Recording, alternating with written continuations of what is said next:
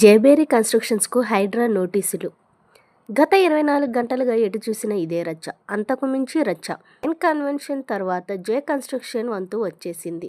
ముహూర్తం కూడా ఫిక్స్ అయ్యింది. 15 రోజుల్లో నేలమట్టం అంటూ సోషల్ మీడియాలో పెద్ద ఎత్తున వార్తలు వచ్చిన సంగతి తెలిసిందే.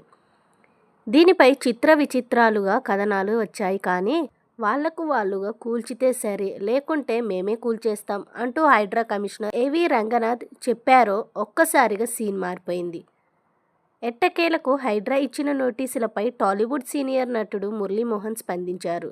మీడియాలో వస్తున్న వార్తలపై స్పందించిన మురళీమోహన్ తాను ఎలాంటి ఆక్రమణలకు పాల్పడలేదని క్లారిటీ ఇచ్చుకున్నారు. నేను ఆక్రమణలకు పాల్పడలేదు.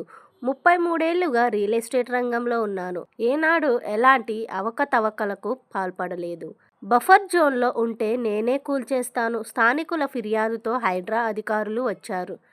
బఫర్ జోన్లో 3 అడుగుల మేరకు రేకుల షెడ్డు ఉన్నట్టు అధికారులు గుర్తించి నోటీసులు ఇచ్చారు. ఆ రేకుల షెడ్డును మేమే తొలగించేస్తాం.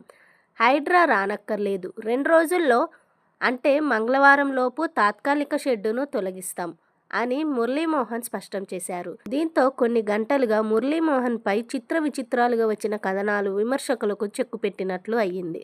హైడ్రా అధికారులు నోటీసులు ఇచ్చిన తరువాత ఆ సంస్థ చీఫ్ ఏవీ రంగనాథ్ కూడా స్పందించారు. హైదరాబాద్లోని నానక్ రామ్గూడ రంగలాల్ చెరువులో నటుడు మురళీమోహన్ జేబేరి కన్స్ట్రక్షన్స్ నిర్మాణాలకు నోటీసులు జారీ చేశాం.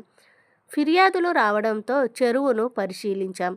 ఆక్రమణ జరిగినట్లుగానే మా పరిశీలనలో తేలింది. వారం రోజుల్లో ఎఫ్టీఎల్లో ఉన్న నిర్మాణాలను తొలగించేందుకు జేబేరి సంస్థ గడువు కోరారు. ఆక్రమణలు తొలగించకపోతే హైడ్రా కూల్చివేస్తుంది అని రంగనాథ్ హెచ్చరించారు. ఇదిలా ఉంటే సండే అయినా సరే కూల్చుడే అంటూ హైడ్రా నాన్ స్టాప్గా దూకుడు మీద కూల్చివేతలు షురూ చేసింది. ఇవాళ ఒక్కరోజే భారీగా కూల్చివేతలు జరిగాయి. మాదాపూర్, మేడ్చల్ జిల్లా మల్లంపేట్, సంగారెడ్డి జిల్లా అమీన్పూర్ పెద్ద చెరువు వద్ద ఎఫ్టీఎల్ బఫర్ జోన్లలో నిర్మించిన అక్రమ నిర్మాణాలను హైడ్రా కూల్చేస్తోంది. ఇక మాదాపూర్ సున్నం చెరువులో కూడా హైడ్రా కొరడ గాలింపజేసింది. సున్నం చెరువు మొత్తం విస్తీర్ణం 26 ఎకరాల విస్తీర్ణంలో ఉన్న షెడ్డులను భారీ బందోబస్తు మధ్య హైడ్రా కూల్చివేసింది.